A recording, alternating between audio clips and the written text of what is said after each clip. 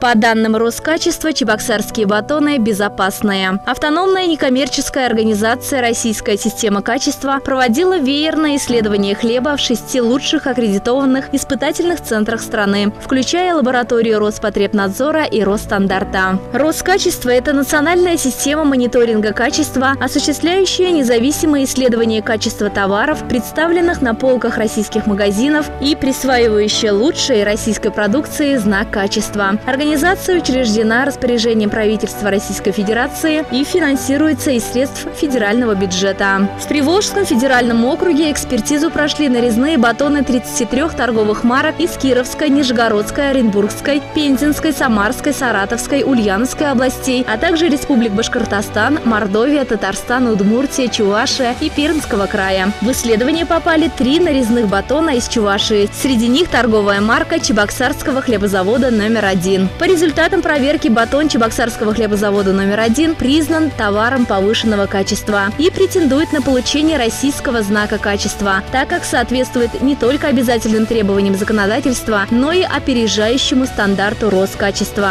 Хлеб проверили на соответствие 48 параметрам качества и безопасности, включая наличие картофельной болезни, пестицидов, фосфатов и броматов, показатели качества муки и потребительские свойства готового продукта. Кроме того, эксперты изучили, какие искусственные добавки и заменители применялись при производстве. В результате продукция Чебоксарского хлебозавода номер 1 – товар повышенного качества. Его достоинства – он безопасен, не содержит консервантов, использована мука высшего сорта, хороший мякиш, достаточно жира, хорошие органолептические показатели.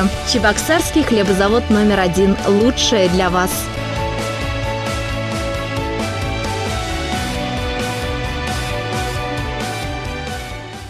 Thank